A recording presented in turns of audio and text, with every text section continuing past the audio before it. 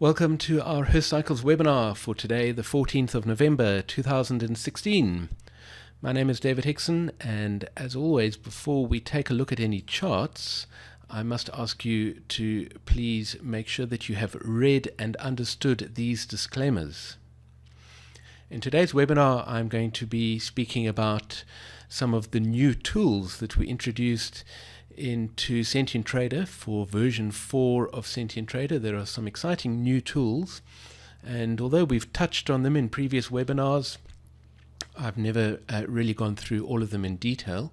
And so the focus of today's webinar is going to be those new tools, in particular the cycle lines, the Composite Model Line, and the Zig-Zags that you can now work with in Sentient Trader. And I'm also happy to answer any other questions that you might have about Sentient Trader or about our new MetaTrader 4 indicators. In fact, I see a question already from Nathan who missed the webinar explaining the MT4 indicators. Please give us details about the MT4 indicators. Okay, well, Nathan, there's a whole series of videos, 3.5 hours worth of videos that you should watch about the MT4 indicators, and I'm not going to try and find those videos right now, but there's a playlist on YouTube, and so if you send us a quick email, send an email into support or info, then we'll be very happy to send you back the link to that playlist. And then you can watch all those videos. Those videos explain everything about those indicators. That's really what I think you need. So let's take a look at some charts. Let's take a look at the markets. And in fact, I'm going to start off by taking a quick look at the S&P 500, because it would be remiss of me not to mention the fact that, of course, last week was an election in the United States. I'm sure you're all very aware of that.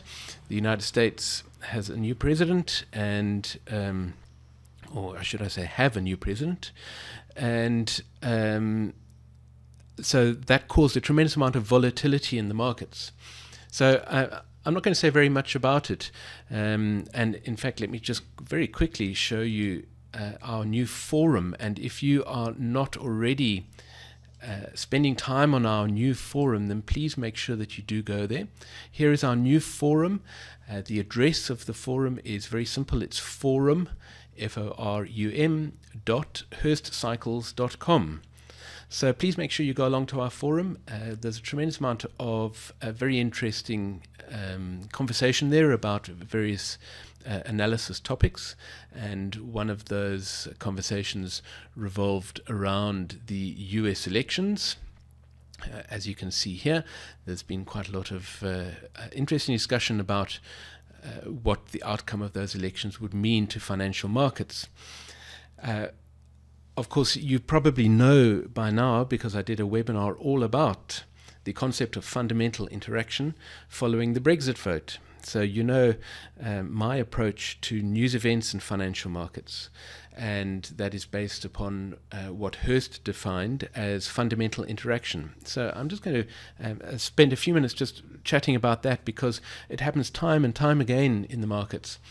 And the elections last week provided another really fantastic example of what fundamental interaction is all about. So let me just turn off the phasing on this chart. This is the S&P 500. This is a daily chart, and you can see this very big bar from last week. That was Wednesday last week, I think it was, following the US elections. And so what happened, as you can see, is there was a tremendous amount of volatility. And Hurst stated that fundamental news events influence financial markets in a way that he defined as fundamental interaction. So news events interact with financial markets, and generally what they tend to do is they cause a huge amount of volatility, very strong movements one way and then the other way, and then very often they end up pretty much where they started. And last week was a really perfect example of that. This is the S&P 500, and you can see that on the Friday of the week before, the market formed a sort of a bit of a low point over here. We'll take a look at an analysis in a moment, but you should know that we're expecting a 40-week cycle trough round about now. Monday, the markets moved up, and that was probably already the beginning of the fundamental interaction, because when there's a news event which is known about in advance, then the markets often start getting a little bit twitchy before the news event actually happens. So on the Monday, you can see the market gapped up. It jumped from this level at about 2090, I think, right up to this level here at about 2112, something like that, where it opened on the Monday. It moved up on Monday and on Tuesday. Then when the election results were announced, or as the election results were coming out, and it started becoming apparent as to which way the Americans were voting, the markets moved very strongly downwards, formed a new low point all the way down here, and then bounced all the way up again. I should point out this is not a futures contract, and so in fact the movement was even greater in after hours trading. The only data I have loaded here is during regular trading hours, so there was some after hours trading that took the markets even lower. In fact, I think the futures went all the way down to 2025 or something like that. It went lower down off the bottom of that chart. But the point is that the news event in terms of the elections really just caused a huge amount of volatility. The other thing that fundamental interactions often provide for us are the triggers for turning points in the market, and that was really why I wanted to speak about the fundamental interaction that occurred last week in today's webinar. If I show the phasing analysis here for this chart, you can see that we are expecting a 40-week cycle trough. I'm sure I don't need to dwell on that. There's the nest of lows for the 40-week cycle trough. You can see the 20-week circle and whiskers over here, the 80-day over here, the 40-week over here. So this is a period of time in which we are expecting a 40-week cycle trough. If there is a big news event around about the time that you're expecting a turn, then very often the turn will come out of that news event, if you see what I mean. It comes out of the volatility. So it's really quite possible, if not likely, that 40-week cycle trough did occur last week, and the US elections provided the sort of the twist that the markets needed to make their 40-week cycle low. Let's quickly have a look at a chart of the euro to US dollar, because I've got something to say about the fundamental interaction as it was expressed in the euro to US dollar last week. And so let's just zoom in on this chart. Now the euro to US dollar is also moving down into a big trough that we're expecting to form. You can see the nest of lows down at the bottom over here. But in terms of what we're discussing at the moment, let me just turn off the peak analysis because that can be a little bit distracting. In terms of what we're discussing at the moment, the fundamental interaction, I think it's very interesting to see what happened in the euro to US dollar, because here you can see the euro to US dollar peaked on the Friday before the week of the US elections, and then it looked as if though the markets turned down. Monday and Tuesday the euro lost value against the dollar. Then this very big bar over here was a result of the volatility surrounding the US elections, and that's really all it was in the case of the euro to US dollar. It was just a huge amount of volatility. We got another big sort of spike peak over here, but in fact within the course of the day the markets had returned to doing what they were doing before the elections occurred, and you can see the euro to US dollar is moving down, and it's still moving down into this big nest of lows that we're expecting over here. So whereas the S&P 500 probably took that opportunity of the fundamental interaction to actually form its 40-week cycle trough. The euro to US dollar simply exhibited tremendous volatility but didn't actually turn in conjunction with that fundamental interaction. So I always find it very interesting to see how news events affect financial markets. And whenever people say to me, oh, what's going to happen, for instance, what's going to happen if Trump wins, or what's going to happen if Hillary Clinton wins, what's going to be the difference to what happens in the market? And my answer is always the same. I don't really know what's going to happen in the market, and personally I don't think that we can forecast that. But the one thing we can forecast is the fact that there will be tremendous volatility, and after the fact, of course, the media will explain what happened in the market on the basis of the results of the election or the news event. Whereas, in fact, personally, I believe that markets are moved primarily by cycles, and fundamental news events can cause the triggers for those turns. Okay, so let's take a look at the new tools that I'm going to be discussing in today's webinar. And the three new tools that I'm going to spend a little bit of time speaking about are the cycle lines, the composite model line, and the Zig-Zags. Now, we've spoken about all of these tools before, but I thought it would be useful just to really discuss them in a little more detail.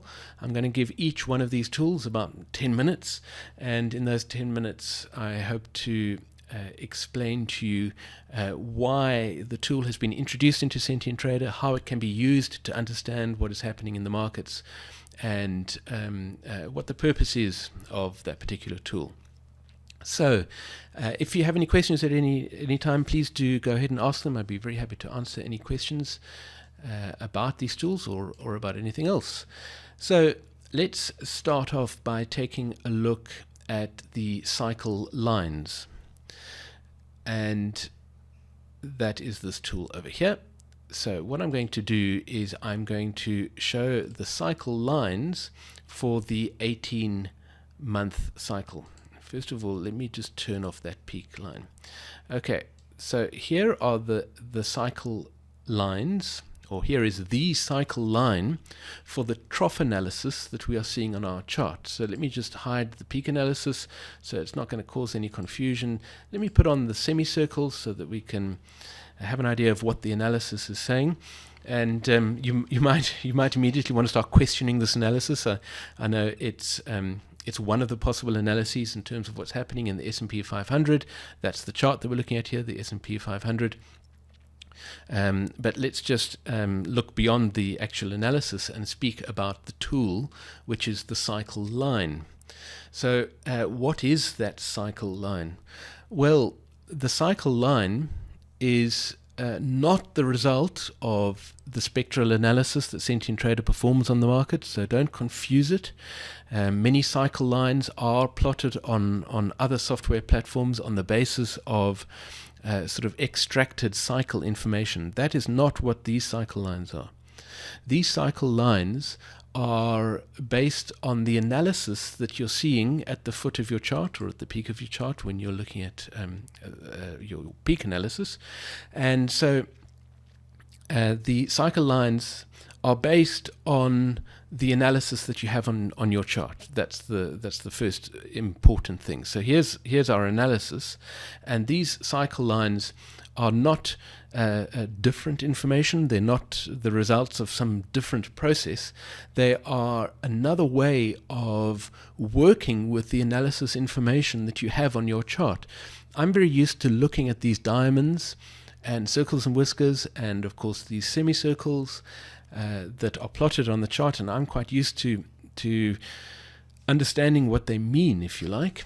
And in version 4 of Sentient Trader, the big thing that we've done is we've introduced additional tools to help you as a Sentient Trader user understand what the details are of the analysis, or what the analysis means. And these cycle lines are the first step towards doing that. So what is a cycle line? Well, if a cycle is visualized as a sine curve, in other words, when a cycle is influencing markets to go down, it forms a low point on the sine curve, and then it influences markets to go up, and then it influences markets to come down, and it keeps repeating that with a fair degree of regularity. That is, of course, a sine curve. And so if you're going to visualize a cycle as a sine curve, then what you would do is you would give that sine curve a particular wavelength, which would of course be the wavelength of the cycle as measured from trough to trough or from peak to peak. It's the wavelength of that particular cycle, and the height of the sine curve would be the amplitude of the cycle. The amplitude of the cycle is very simply the power of that cycle. So in other words, how much is that cycle influencing the market to move up and move down?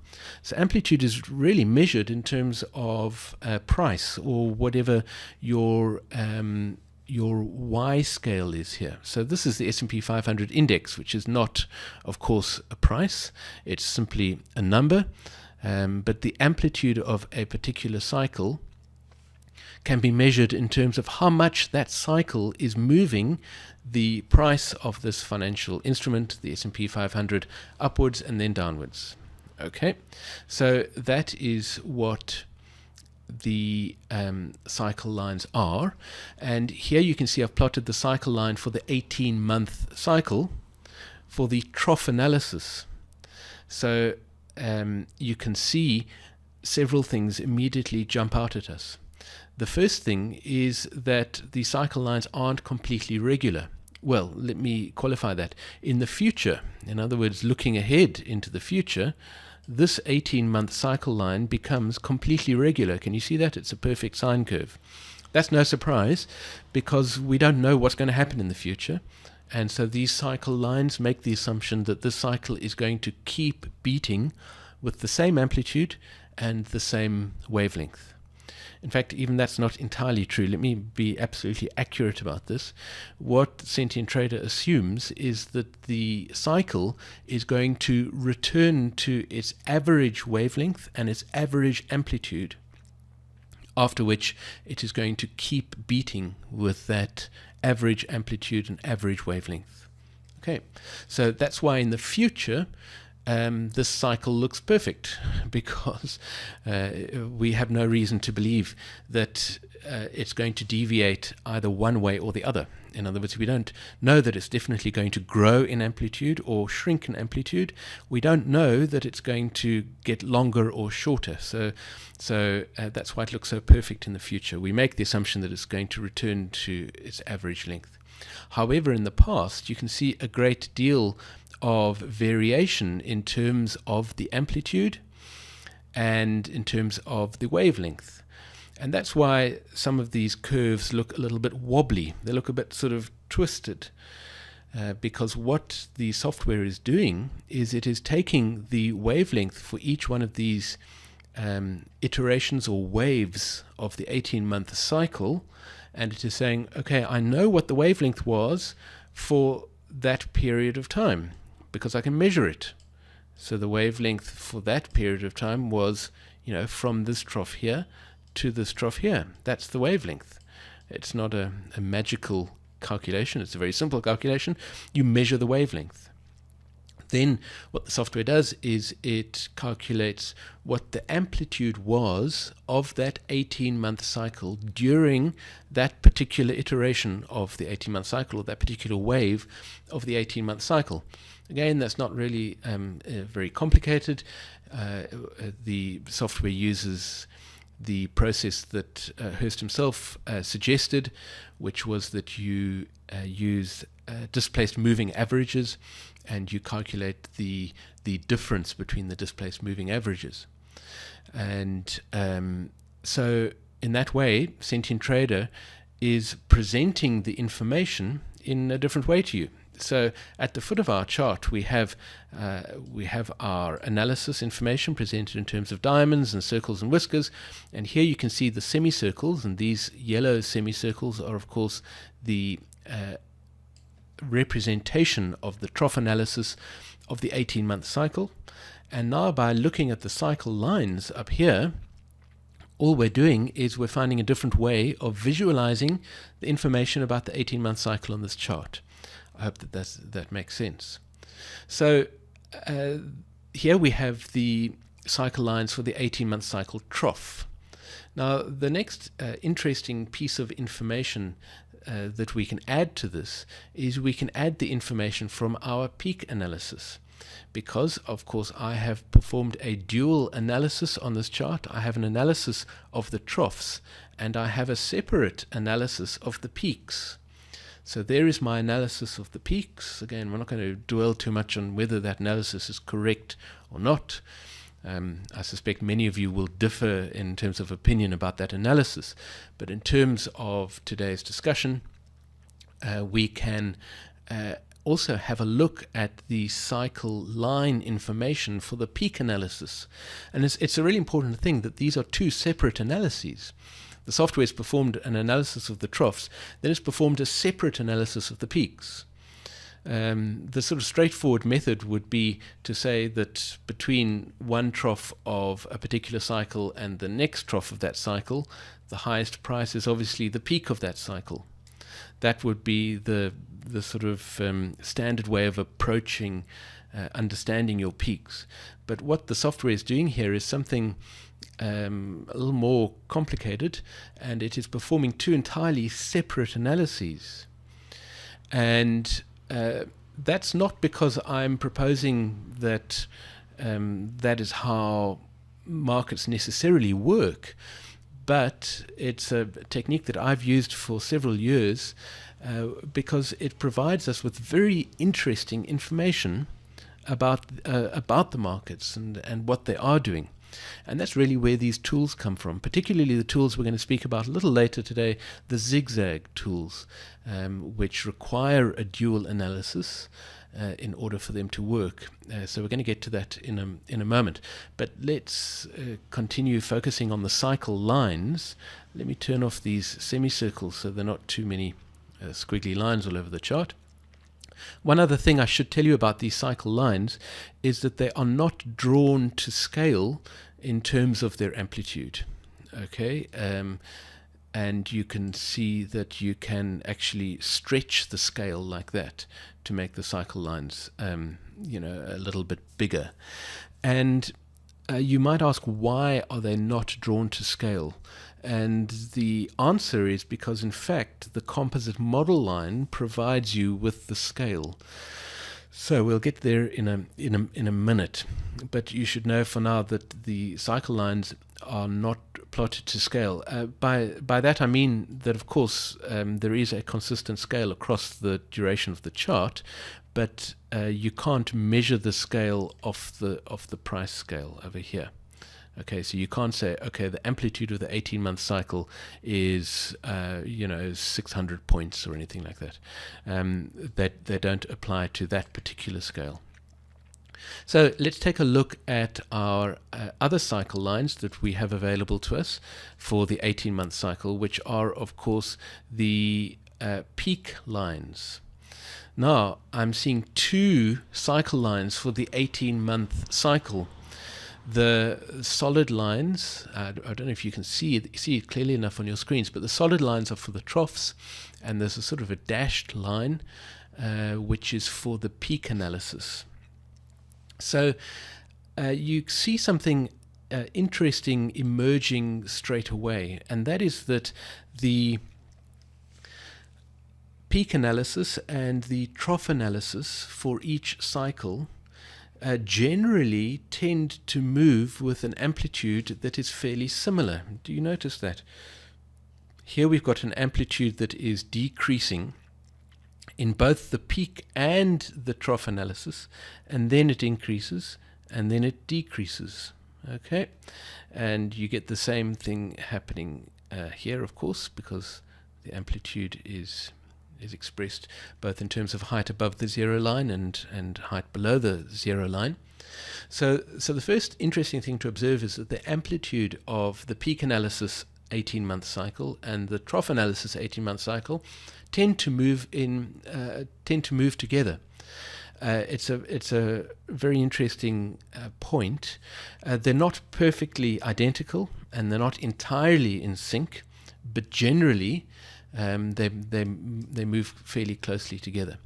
The other thing that you will notice, and I'm going to try and zoom in a moment and demonstrate this to you a little more clearly, but the other thing that you'll notice is that sometimes the cycle line for the trough and the peak analysis are right on top of each other, like during this period over here. Can you see that?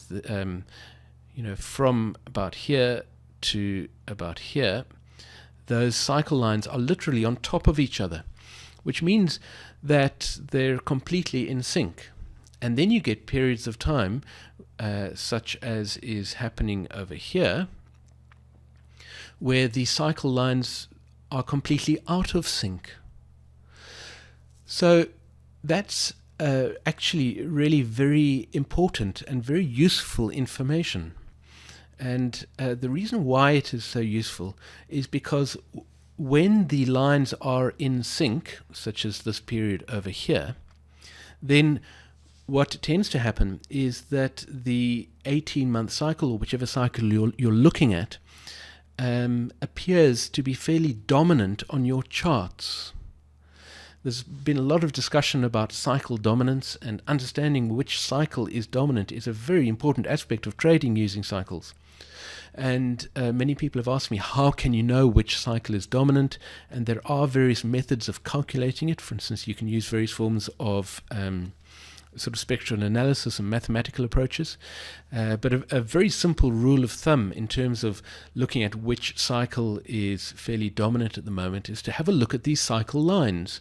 During the periods of time when the cycle lines are moving in sync with each other, that particular cycle will be fairly dominant. In other words, you will see it fairly clearly on your chart.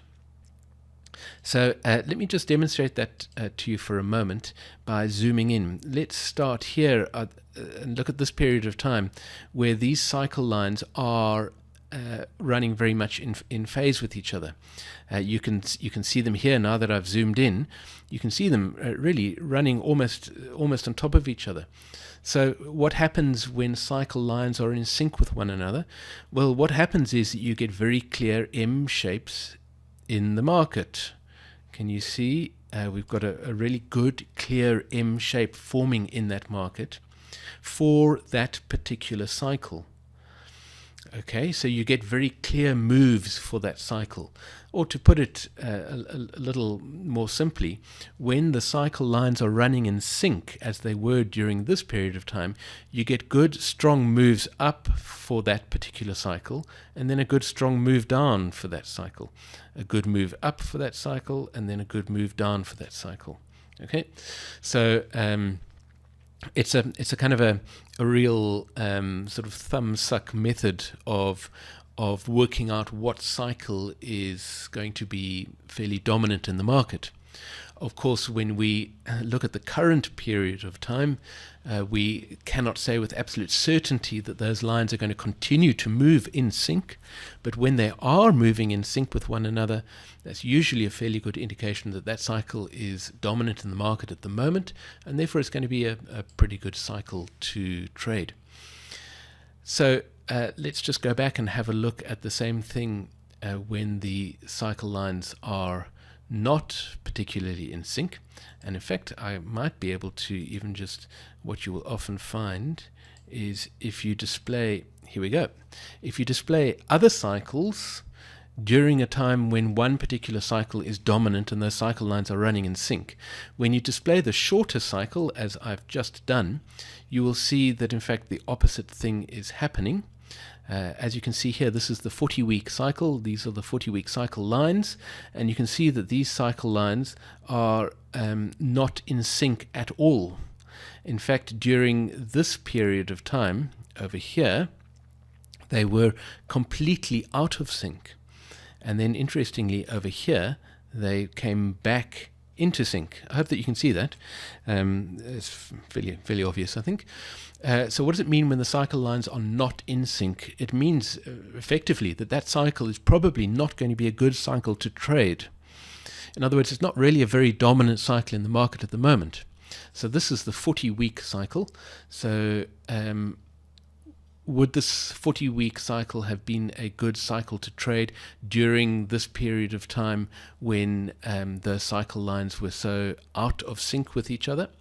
Well, I think you can see here a good cycle to trade is one that gives you a strong upwards move to the peak and then a strong downwards move to the trough. There's the trough of the 40-week cycle. And that is certainly not what happened over there. Yes, you would have got the big bullish move, but that big bullish move was the bounce out of the 18-month cycle. And if you were focusing on trading the 40-week cycle, in other words, you were going long when the 40-week cycle was going up and going short when the 40-week cycle was going down, then you would have struggled to trade that cycle profitably. You certainly would have made profit out of the bullish move, but you would not have made any profit probably out of the move down again.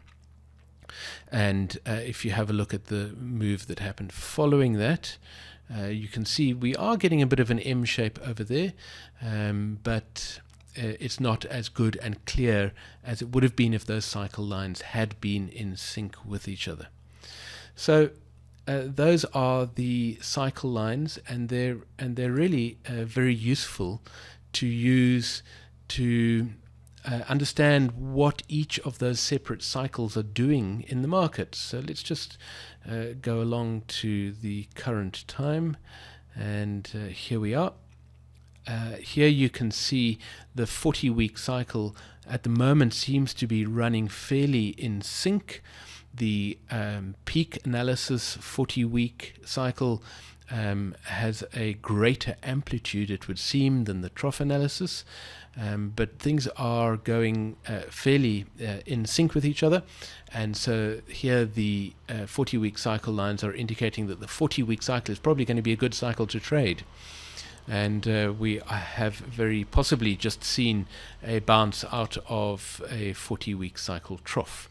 And so as price came down into that 40-week cycle trough, we probably would have had some confidence because of the way in which the 40-week cycle has been, the cycle lines have been running in sync. We would have had some confidence that this would be a good cycle to trade.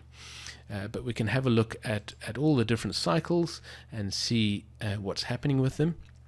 The 18-month cycle is also looking like a fairly good cycle to trade because those cycle lines are in sync. Let's have a look at a different cycle line, and I'm going to show you another way of working with your cycle lines. Let me see if I can demonstrate this. Tycho's enjoying this information. That's fantastic. You haven't been looking at them from this perspective. This is why I thought today's webinar was so important, because these cycle lines are very powerful tools, and it's obviously very useful to know how to apply them.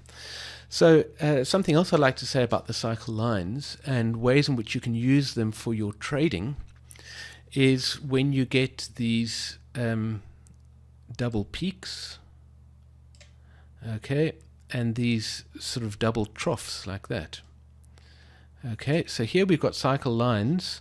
Here you've got two that are almost perfectly in sync with each other, and here they're perfectly in sync. Here you get a peak and a peak, and here we get a trough and then another trough. Okay, so let's speak for a moment about those. Let me just clear this.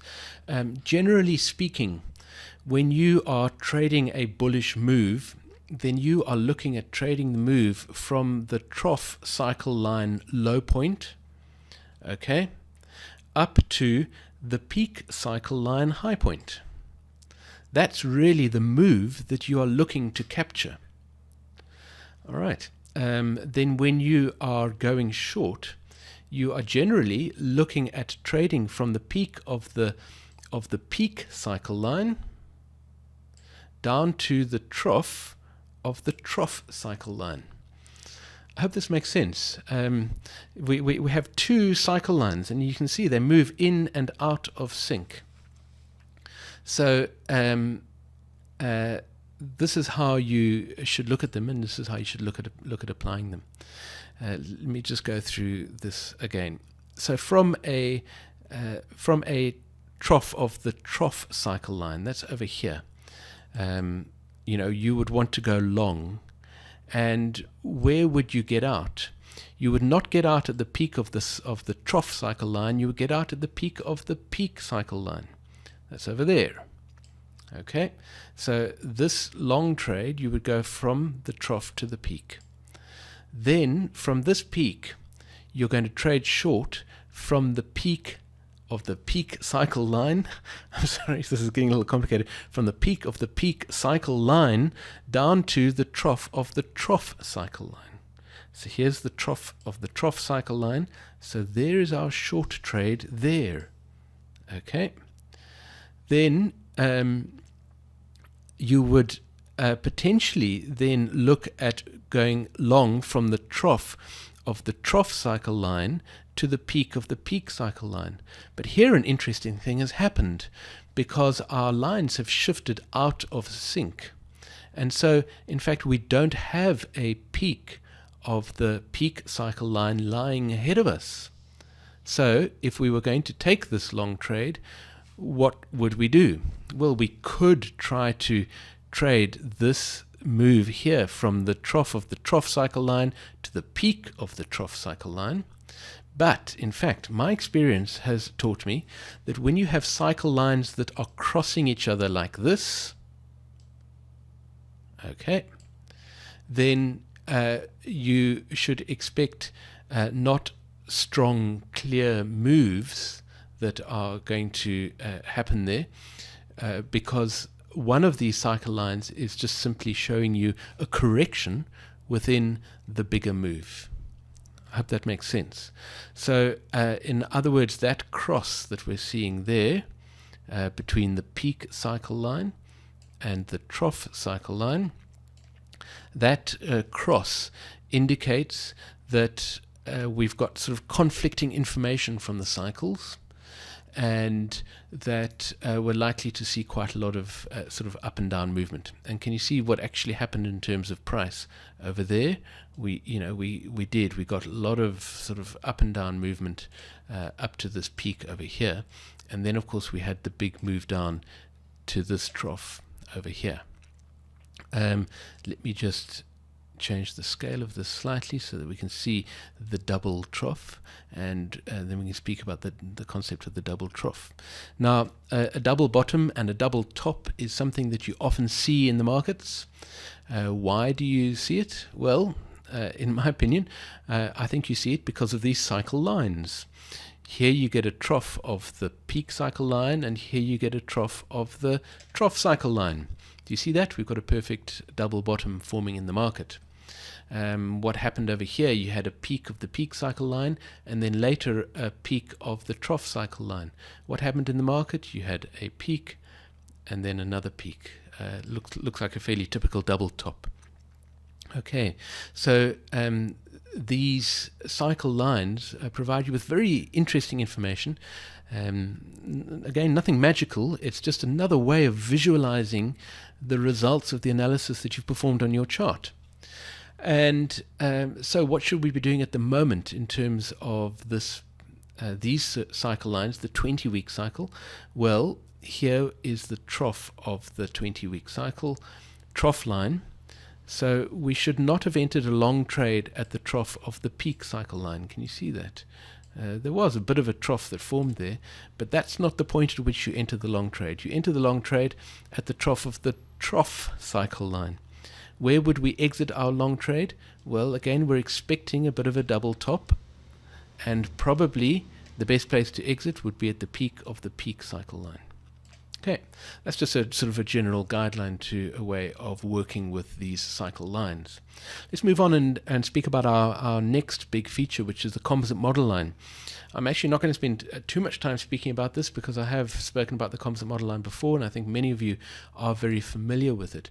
But I'd like to show you how the composite model line is built and how it relates to these cycle lines. So let's go back to our 18-month cycle lines here on the S&P 500, and I'm plotting both the trough and the peak lines there. Okay, and so now let's apply the composite model line. What is the composite model line? In fact, all the composite model line is the information from these cycle lines that has been put together. And you can choose which cycles you want to put into that line.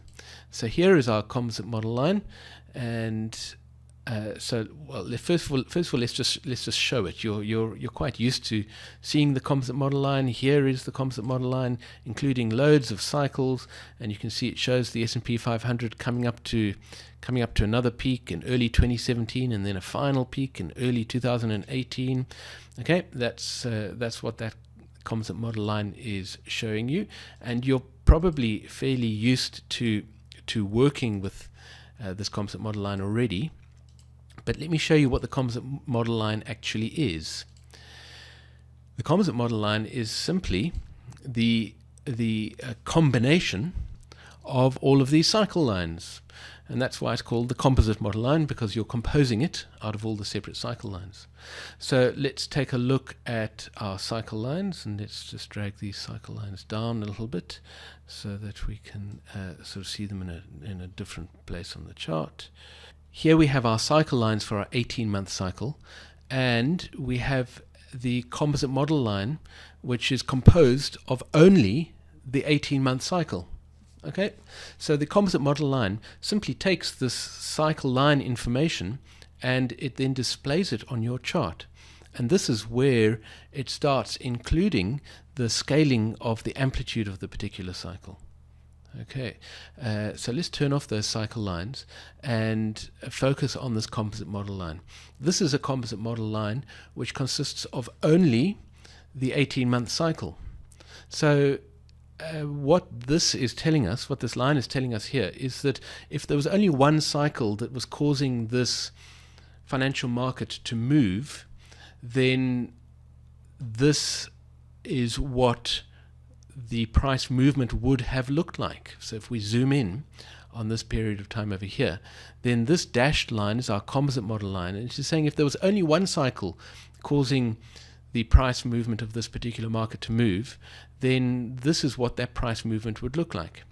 As you can see, it doesn't match very closely the actual price movement that happened. Although if you had bought at around about the time of each one of these troughs and sold at around about the time of each one of these peaks, then in fact you probably would have done fairly well out of just simply tracking this composite model line working with only one cycle. But of course, we know that not only one cycle affects financial markets, there are multiple cycles that affect financial markets. And so we can start adding those cycles in. So let's start, we've started with the 18-month cycle. Now the 18-month cycle has a whole lot of cycles shorter than it. So let's start adding shorter cycles. Let's try adding the 40-week cycle in. As you can see, as we add each of the shorter cycles, we get a little more detail into that price movement. Now in this period of time, there hasn't been a lot of detail added. Can you see that? And I've chose this example for this particular reason. When we add the 40-week cycle into this period of time here, into the composite model line, it hasn't added extra wiggles. Can you see that? Here you can see the 40-week cycle has in fact added an extra wiggle into that move. And let me turn this off and take the 40-week cycle out of the picture again and then add it in again. Here you can see without the 40-week cycle, and here you can see with the 40-week cycle. So there are no extra wiggles really in this part of the price movement. Why is that? Well, it's because of what we identified earlier, which is that the 40-week cycle lines are moving out of sync with each other. So when you add them into this composite model line, they in fact have very little influence on what is happening to the market. Okay, so we can keep adding shorter and shorter cycles, and as we add these shorter and shorter cycles, we get more and more definition in terms of this composite model line and what it is telling us to not expect from the market, but what it is telling us the market would have done if the only thing that was moving this market were these particular cycles. So what happens with the composite model line is no matter what period of time you choose, you are going to see some anomalies between the composite model line and what the market actually did. Such as here, we expected a strong price move up, and indeed the market did move up, but it just didn't really move up nearly as much as was expected.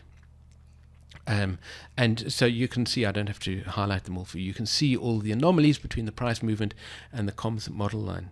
So why is that? Well, because the composite model line is not trying to forecast price movement for you. It's a very important point. It's not trying to forecast price movement, and it's not telling you that at this time in the past, this is what the composite model line would have been saying. It's not telling you that at all. It's simply taking the cycle information and putting it together into a line and saying, okay, these cycles caused the markets to do this. That's what it's telling you. Okay, so what was causing problems or anomalies in this market? Well, one of the things that would have been causing some anomalies in this market would have been the other cycles, in particular the longer cycles. So let's start adding some longer cycles. If we add the 54-month cycle, okay, then all of a sudden we get really a very different picture. And if we add the 9-year cycle, we get an even different picture. So you can see the composite model line really depends very much on what cycles you choose to include in your line. Okay, so if you start with only the 18-month cycle, then that is what the 18-month cycle was causing price to do. And then so let's take out the 18-month. What about the 9-year cycle? What was the 9-year cycle causing price to do? Well, this is what the 9-year cycle was causing price to do, according to the cycle information in this analysis. And that is a really, really important point. You might be looking at this and saying, hang on, what on earth is going on over there? You've got a trough over there, and yet in price you've got a trough over there. What happened? What went wrong? Obviously the composite model line is wrong. Well, no, the composite model line isn't wrong. The composite model line is based on your analysis. And that is why I chose this particular analysis for the demonstration of this feature, because if we have a look at the phasing on our chart, and we can use our semicircles, you can see that according to the phasing that has been performed, here is the 9-year cycle trough. And that is why the composite model line has a 9-year cycle trough over there. Okay, as Louise says, that might well have been fundamental interaction. That's right. I know there's been some discussion recently about the 2009 trough being a case of very extended fundamental interaction. So an interesting idea, but not one we have time to discuss at the moment. So that's what the composite model line is. One other thing to say about the composite model line. Let's show all of our troughs, and let's just turn off these semicircles so it doesn't get too messy. As we add the other cycles into this composite model line, you can see we get more and more detail, but it's still not matching very, very closely what's happening. Why is that? Well, the answer is the same as it was previously. Why does price not match the cycle information that we have? There could be two reasons. The one reason could be that the analysis is wrong, The other reason could be that there is information that we don't have in this analysis. In particular, the information that we don't have in this analysis has to do with the longer cycles. Now, Hurst defines something called sigma L, which is the mathematical or the Greek symbol for sigma, which is used mathematically to represent the sum of, and L stands rather prosaically for longer cycles. So sigma L is the sum of all longer cycles. In fact, in Sentient Trader, you should be aware that sigma L, when it applies to the composite model line, is not specifically a summation of all the longer cycles. It is in fact a summation of all apparent longer cycle information. And sigma L itself can have some frequencies that that are of shorter cycle length, and it'll take me quite a long time to explain that, so I don't really have time to explain it. But if I add sigma L into this composite model line, then do you see what it does? It pulls that composite model line into matching price more accurately, more closely. Now, is that a magical trick? No, it's not. Is it some form of deception? No, it isn't. Sentient Trader works on the principle that it has an analysis, and it's working with the cycle information from that analysis. Where price differs not in terms of short-term fluctuations, not fluctuations of a few days or a few weeks or a few months, but in terms of long-term fluctuations and big differences between price and the cyclic model that it has, it bundles that into the concept of sigma L. So what is sigma L on this chart? Well, using our cycle lines, we can actually see sigma L. And there is sigma L. Okay. There is sigma L presented on our chart as a cycle line. So we can have a look at what the software is working with as sigma L, and we can measure the distance between the troughs. And here I know many of you are going to have some questions. Here there's a 48-month distance between those two troughs. And if we measure forward again, we get 52 months. And if we measure forward again, now of course we're going to the future, so that's supposition. So let's just focus on what we have behind us in the past. If we measure that distance at 66 months, measure that distance, it's 49 months. Do you notice the constant sort of repeat of the 48, 49, 50 month rhythm that is happening here in the sigma L calculation? I know many of you say, how is that possible? Because sigma L is meant to be the summation of all cycles longer than the longest known cycle. So our longest known cycle in this particular analysis is the 9-year cycle. So surely sigma L should be showing us cycle vibrations that are longer than 9 years. Yes, you would think so. However, the way in which sigma L is calculated, as I've just mentioned, is it takes the price movement and it filters out all the shorter fluctuations. It's not interested in the shorter fluctuations, but it looks at the difference between what happened in price and the cyclic model that it has, including cycles all the way up to the 9-year cycle. And it then takes that difference and it says this difference must be a result of sigma L. Or in fact, as a matter of interest, and I'm going to just spend a minute explaining, when I was developing the composite model line for Sentient Trader, I initially came up with two separate concepts. The one was the concept of sigma L, which is the sum of all longer cycles, and the other concept that we worked with was the concept of sigma U, which I called the sum of all unknown factors. So I didn't limit it to only apparent cycles longer than the longest known cycle. And so we had two separate things. We had the sum of all unknown factors and the sum of all longer cycles. Eventually, it became a little bit ridiculous working with these two separate factors, because effectively they were telling us about the same thing, which is information that is not included in the cycle analysis.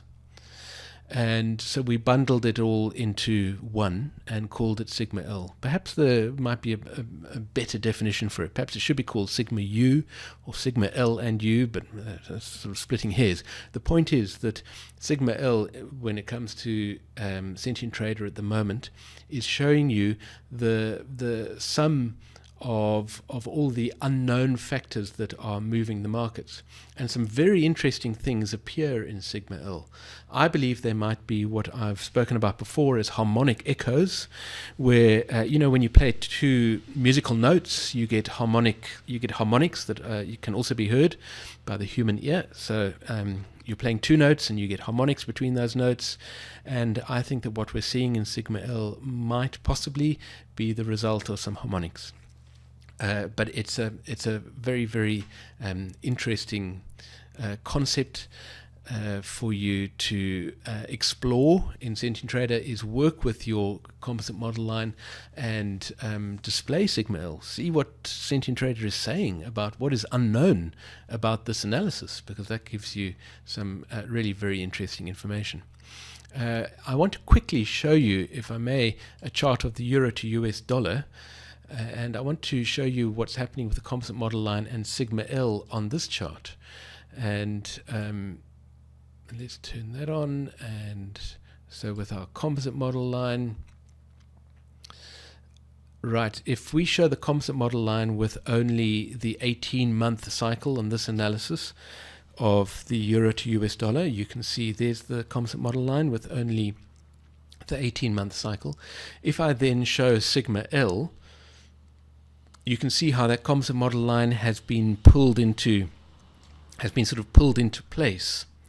So let's have a look at our cycle line for sigma L, and let's ask ourselves what's actually happening.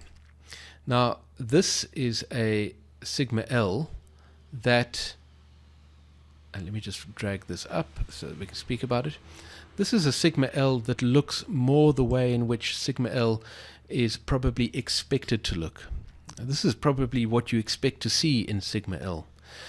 We can see some cycles in sigma L. You can see a trough here, and you can see another trough over here, 39 months later.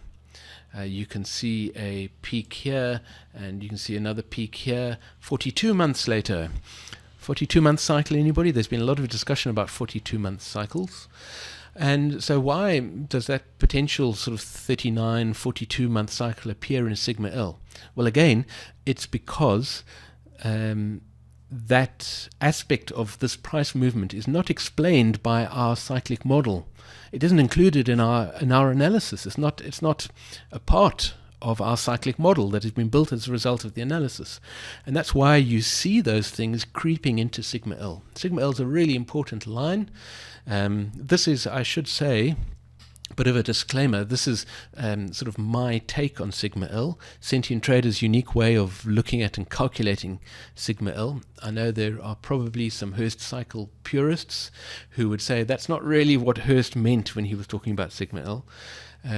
Well, it might not be, but it's a very useful tool, and it does certainly include what Hurst was talking about, which is the sum of all the longer cycles. Okay, so that's some interesting information, I hope, about sigma L and the composite model line. So as a matter of interest, this sigma L line that you see here on the euro to US dollar is what you would expect from a sigma L line, which is a very slowly moving line. In fact, we can't even see, the longer term peak or trough. I've only got 8 years worth of data here, so we're definitely looking at sigma L, which is a sum of longer cycles. We're looking at a cycle that is much longer than double 14 years. So we're looking at a cycle that's sort of 28 years or longer. That is influencing this sigma L. So this is what you should see with sigma L. If we go back to the S&P 500 and look at sigma L there, this sigma L is not, I don't want to say it's not what you should see, but there are some other factors that have come into the sigma L, which, as I pointed out, are the shorter term cycle fluctuations. Okay, so those shorter term cycles shouldn't really be a part of sigma L. And when you see that happening, it means that your analysis doesn't entirely describe price movement. And so we probably have a 48-month cycle that is missing from our analysis, which is why it's showing through in sigma L. So if you really want to be a very accurate analyst, then you must have a look at your sigma L lines, see if there is some indication of cycles in the sigma L line, because that means that there's a cycle in there which isn't being defined or described by the analysis.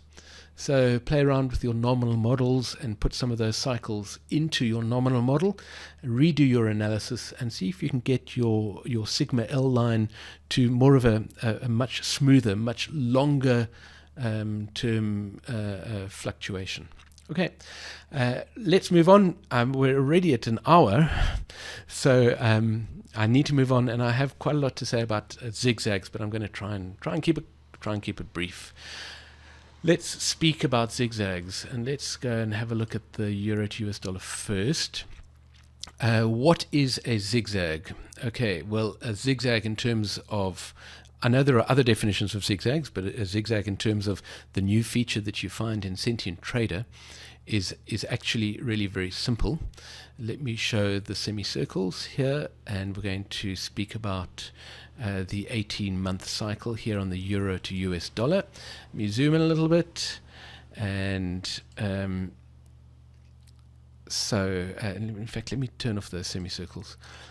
Sorry, let me just set this chart up so that it's clear, so that everybody understands what we're talking about. Okay, you know now that, of course, Sentient Trader is able to perform a peak analysis, the results of which are plotted at the top of the chart, and it separately performs a trough analysis. Now, I started playing around with these peak and trough dual analyses many years ago, actually, and I noticed something, which is that you could draw a line from each trough of a particular cycle to a trough of that to a peak of that same cycle. Sorry, that wasn't very clear. So here's a trough of the 18-month cycle. You can draw a line from that trough to the next peak of that cycle. So where's the next peak of the 18-month cycle? It's over here. So you can draw a line from there to there. And then you can draw from that peak to the next trough of the 18-month cycle. Then from that trough of the 18-month cycle to the next peak of the 18-month cycle, which is over there. And then you can draw to the next trough of the 18-month cycle, which we're still expecting. Okay, that's the first sort of part of this concept. And we can go back through this chart and draw all our lines that connect the peaks and troughs of the 18-month cycle. The next thing that I noticed is that all the time, I was going to say most of the time, but I'm actually going to just be bold and say all of the time, what happens is that in order for price to get from a trough to a peak, it travels in a zigzag. In other words, coming out of the trough, it'll bounce out too fast.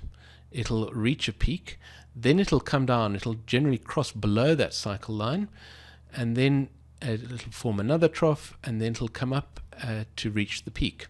And the same thing happens on the downward slide, and so on. Okay, so you have your direct lines connecting the troughs and the peaks, and then you have the zigzags.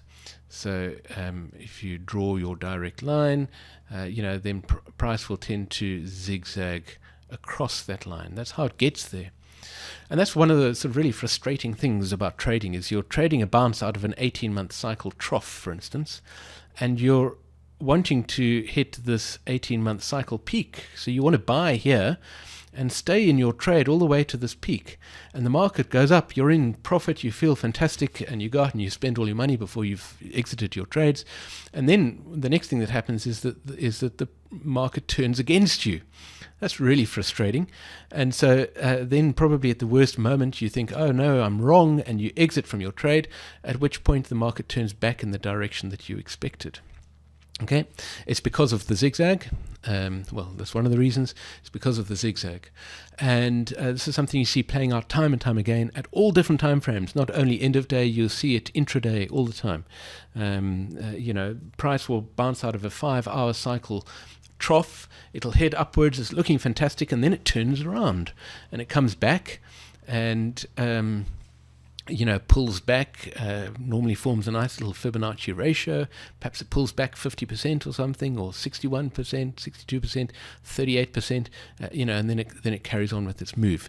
All these different sort of aspects all fit together. But that is what a zigzag is all about. And so I started observing this, and I asked myself, and let's just zoom in here on a part of this chart which I think demonstrates this quite nicely. Okay, here we go. I asked myself, you know, what are the points of the zig or the zag? In other words, here is the direct line from this 18-month cycle trough up to this 18-month cycle peak. Okay, that's the dashed line. And here is the zig. It went up, formed a peak, or you might want to use that peak, but let's just use this peak for now. And then it comes down, crosses down below it, and then it does the zag. I'm not sure which is the zig and which is the zag, but you get the idea.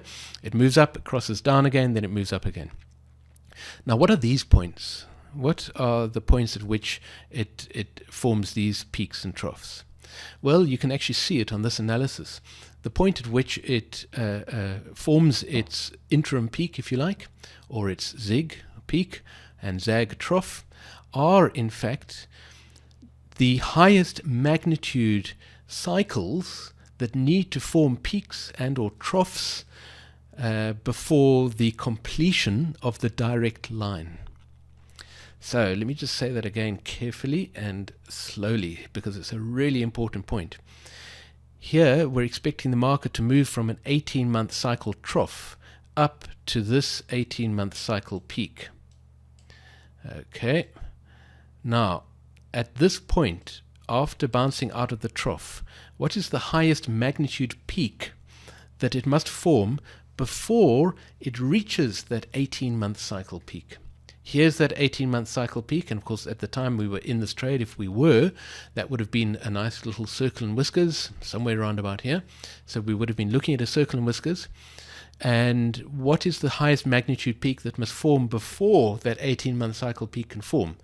The answer, of course, you can see on your charts, is this 40-week cycle peak. So this is how a zigzag works. Price will move up to that 40-week cycle peak, at which point the market then asks itself, I see Sid came up with an answer, thank you, Sid. 40 weeks, full marks. So again, you ask yourself, after that peak has formed in the markets, what's the maximum magnitude trough, cycle trough that must form before we can actually reach this 18-month cycle peak? That 18-month cycle peak is our target. That's where we're going with this move and with this trade. So what's the maximum magnitude trough that must form before that 18-month cycle peak can form? And of course, again, you can see it in this analysis. It's this 40-week cycle trough as well. So then what happens is price moves down from the 40-week cycle peak, moves down to the 40-week cycle trough. And then it turns and fulfills its 18-month destiny, if you like. Now, let's take this concept a little further. So here I pointed out that price must move from the 40-week cycle peak down to the 40-week cycle trough. Okay, how's it going to do that? It's going to do it in a zigzag. So here's our dashed line. That's the 40-week cycle direct move, if you like, from the peak down to the trough. But before it can reach that trough, it needs to move down to the highest magnitude trough that is expected before the 40-week cycle trough, which in this case is the 20-week cycle trough. So market is going to move down to the 20-week cycle trough, form that trough. Then where's it going to go? Then it's going to go up to the highest magnitude peak that must form before the 40-week cycle trough forms. There's the 40-week cycle trough. That's our destiny. That's our goal.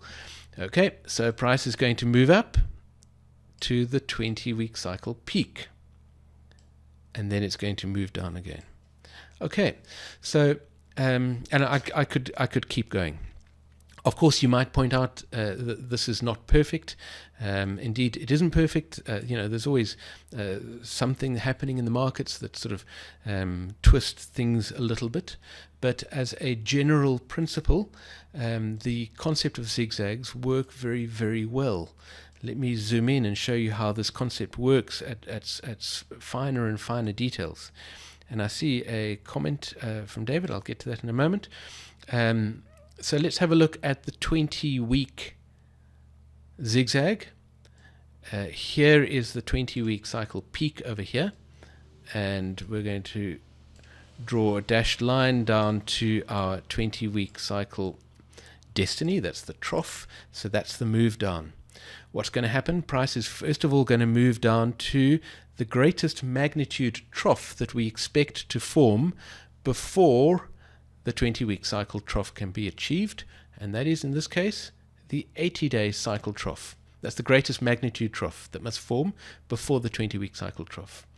Then it's going to bounce up to the greatest magnitude peak that must form before our destiny, which is the 20-week cycle trough. What is the greatest magnitude peak that must form? Well, you can see it's in fact the 40-day cycle peak. So price moved down to the 80-day cycle trough, bounced up to the 40-day cycle peak, because that is the greatest magnitude peak that must form before our 20-week cycle trough. And then it came down again to fulfill its destiny for the 20-week cycle trough. And that's why I call it a zigzag, because you get the move down, down, or of course you get the move up, down, up, so you get a zigzag. And that's what the zigzag tool is all about in Sentient Trader. It really is time for me to bring this webinar to an end, so let me just quickly show you how you apply the tool. And so let's just zoom all the way out. Zigzags have to have a dual analysis. You must, for obvious reasons, have both a trough and a peak analysis. So you cannot add zigzags until you have both analyses. And then what you have to do is you have to calculate your zigzag lines. Having calculated your zigzag lines, you can display them. So here are the 18-month zigzag lines, and you can also choose to plot statistics about those zigzag lines. So let me show you some examples, and then we'll bring this webinar to a close. What are these statistics? Okay. There are 3 pieces of information about each cycle's zigzag lines. So what the software does is it goes back over the analysis that you have. Remember, this is also, zigzags are also based upon the analysis you have, which is why the analysis really is the most important thing. Okay, if your analysis is wrong, then your zigzags are just not going to make any sense. These zigzags are also just another way of understanding your analysis. So what are the 3 pieces of information? The first piece of information is called line percent, and it gives you a range. So you can see for our 18-month cycle, I don't know if you can see it, you'd need very good eyes, but if you can see the information for the 18-month cycle, the line percent ranges from 23 to 40 to 58. Now, let me just write that here. So it goes from 23 to 40 to 58. Now that center number tells you the average percentage at which the main line, what I called the direct line a moment ago, this dashed line, that 40 is the average percentage that line was crossed by the zag of the zigzag. Okay, so 40%. You would expect it to be close normally to 50%. 40% indicates a kind of a bias in the market. There isn't time for me to explain that here, unfortunately. But if it varies greatly from 50%, and that's quite a big variation, 40% is quite a big variation, then it indicates a bias in the market. It indicates that the market moves in a particular way. Unfortunately, there isn't time to explain that. But the first number and the second number are two standard deviations each side. So you can see that the two standard deviations each side of the 40% crossing point give us a range from 23% to 58%. That means that, I must be careful with my statistics. I think that means that, does that mean that 95% of all cycle moves crossed between 23 and 58%? I think I'm correct in saying that. Okay, the next piece of information is the cross percent, which also provides three numbers. And here for the 18-month cycle, you can see they are 36 to 52 to 57. Is that right? My eyes are letting me down.